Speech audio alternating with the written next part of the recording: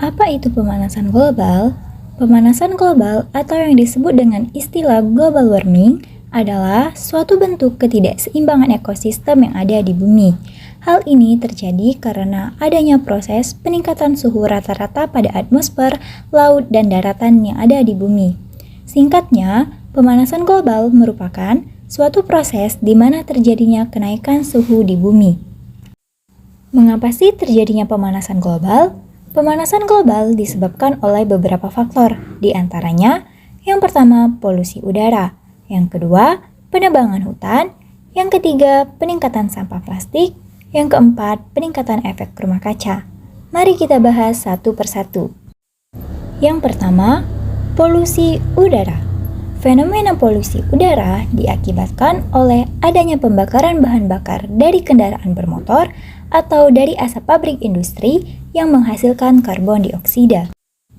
Yang kedua, penebangan hutan, di mana semakin banyak terjadinya penebangan hutan, maka semakin berkurangnya jumlah pemasukan oksigen dan jumlah karbon dioksida pun semakin meningkat.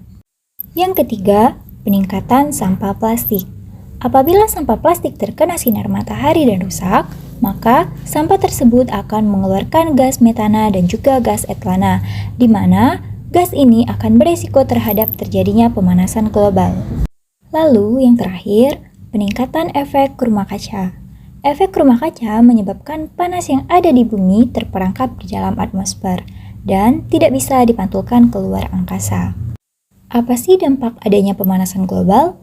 Dampak pemanasan global yang pertama, mencairnya es di kutub. Yang kedua, terjadinya kelaparan dan kemiskinan di bumi. Yang ketiga, peningkatan volume air laut.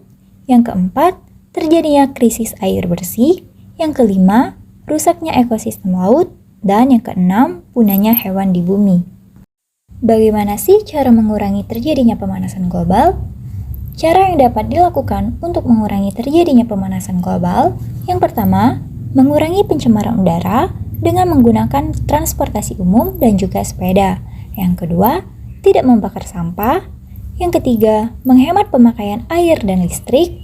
Yang keempat, melakukan penanaman pohon atau yang disebut dengan reboisasi.